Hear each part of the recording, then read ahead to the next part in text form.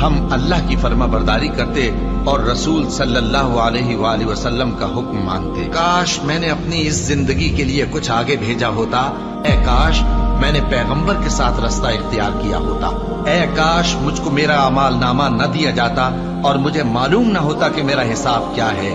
اے کاش موت میرا کام تمام کر چکی ہوتی، آج میرا مال میرے کچھ بھی کام نہ آیا، مجھ سے میرا اقتدار جاتا رہا، کاش میں اپنے پروردگار کے ساتھ کسی کو شریک نہ بناتا، کاش ہم پھر دنیا میں لوٹا دیے جائیں تاکہ اپنے پروردگار کی آیتوں کی تکذیب نہ کریں اور مومن ہو جائیں۔ ہائے شامت، کاش میں نے فلاں شخص کو دوست نہ بنایا ہوتا،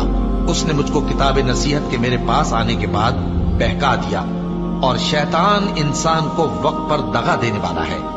اے کاش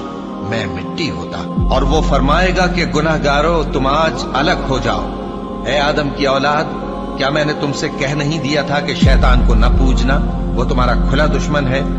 اور یہ کہ میری ہی عبادت کرنا یہی سیدھا رستہ ہے، اور اس نے تم میں سے بہت سی خلقت کو گمراہ کر دیا تھا، تو کیا تم سمجھتے نہیں تھے؟ یہی وہ جہنم ہے جس کے تمہیں دھمکی دی جاتی تھی، جو تم کفر کرتے رہے ہو اس کے بدلے آج اس میں داخل ہو جاؤ۔